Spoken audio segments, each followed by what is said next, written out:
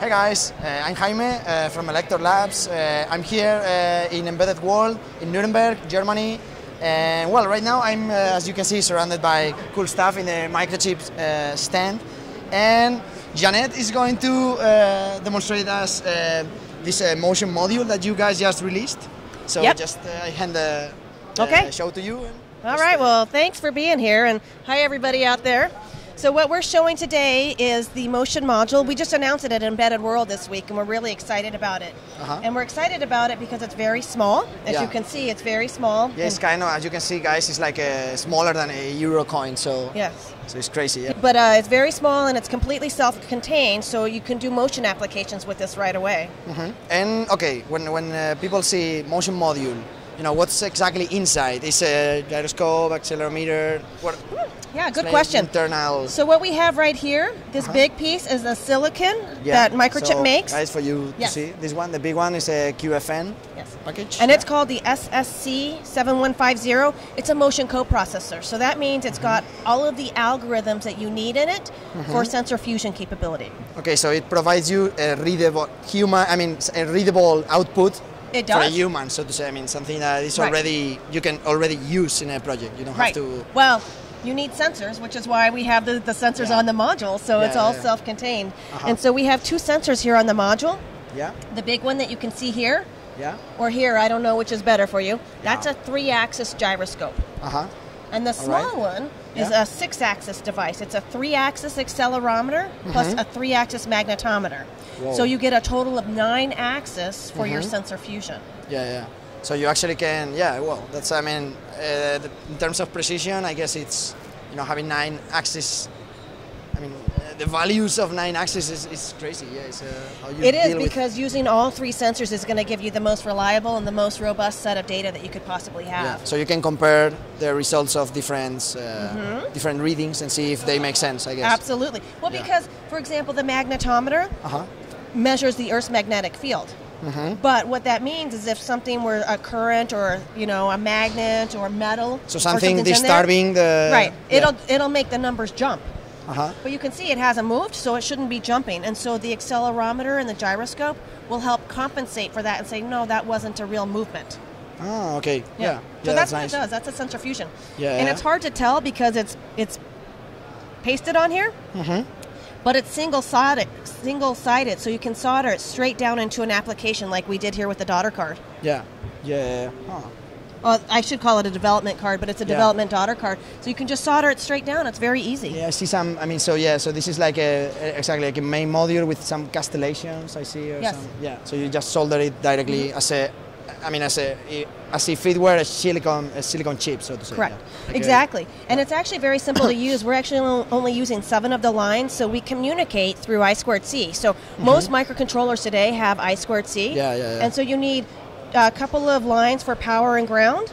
I2C interrupt, I2C data, I2C clock. And then awake in case you're putting the system in deep sleep. So you can forget about it if you don't want to consume power. You just and a reset. So it can't get much easier than that. It's really basic in terms of your or the customer's ability to be able to use it. No, I think it's quite smart, you know, to make use of the, turn some soldering points, so to say, also in inputs and outputs. It's quite nice.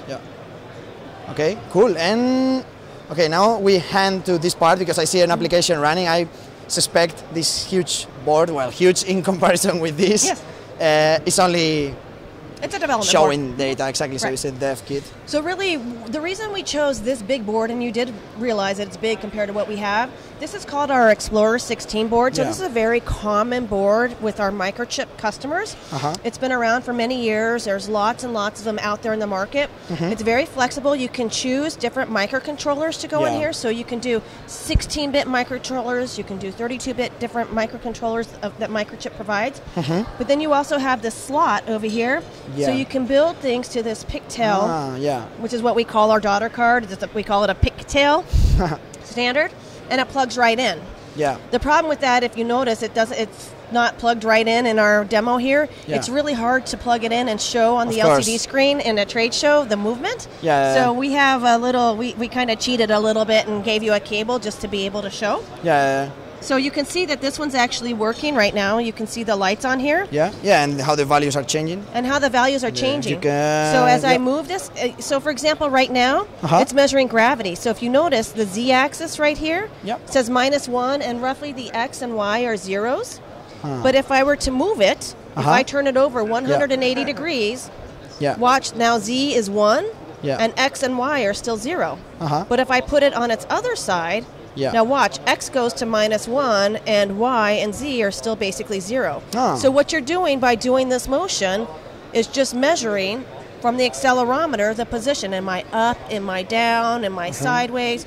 So it's giving you some very basic information. Yeah, it's the absolute position of the object you wanna track. Right. Because right. But that's really basic, and that's really not sensor fusion. Anybody can do that. So why do they need us? Yeah. Where you start to get into the fusion is you can select different sensors, and then we're showing the compensated data here, but you can get it for the gyroscope.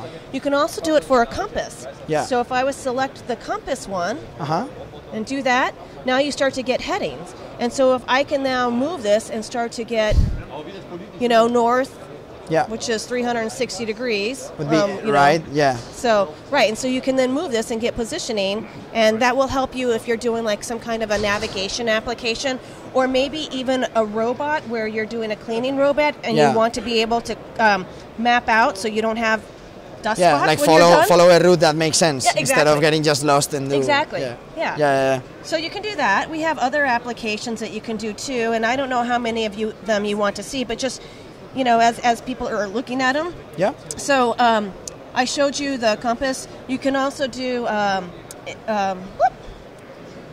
picked one and I didn't mean to yet. You can do inclometer, which is what I was trying to get to.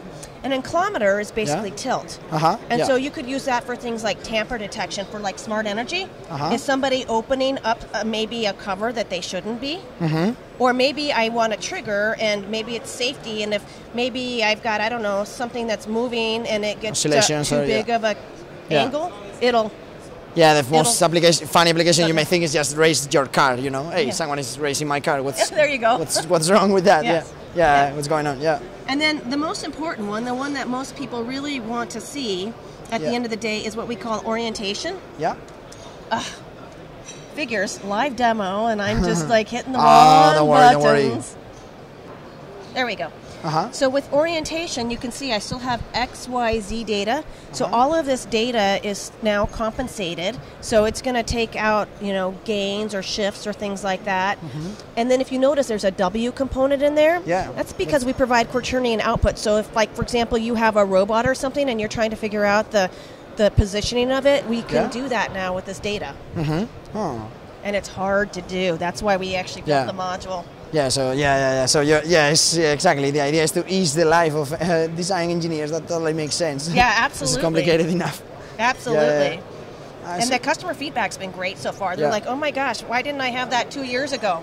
Because it takes a long time to develop this, and they look at this and it's perfect. They can just start designing with it today. Yeah, and something we just to cut a long story short, so to say, and something I was missing. What if I want to get rid of the module, so to say, and just use the silicon? I just want to implement these chips. How is that difficult? I mean, you guys provide good applications, and Yeah, so actually that happens a lot. So people say, oh gosh, now it's very popular. My product is very popular, and I want to shrink the size, I want to shrink the cost, I want to do something different. We sell the motion coprocessor, so the MM7150, we sell that. They'll still have to go get the sensors from the third party. And do a little bit of work, but it's possible for them to do that themselves. Yeah, and to integrate everything in just one single chip. Yeah, whoa. Well, not one single chip. Yeah. But they could do it separately, and they could then, reduce the cost or reduce the size. Yeah, even more. I think it's small enough. So it is small. Yeah. So hey. I mean, you can kind of see this is really a big picture, so it's too big, but you can see it's about the size of a euro. Yeah, it is. It is. No, I can see it now with my real eyes. So. Yeah, that's true too. No. Cool. Hey, so thanks a lot. I think it's everything clear now. Yeah, it was a pleasure chatting with you. Yeah. So thank you. Thank you. All right. And hey guys, thanks for watching. So if you like it, just please subscribe, and I'm sure Jeannette will provide me with all the information which you can find over there, links, so people can download data sheets and stuff. So that was all. See you next time. Bye bye.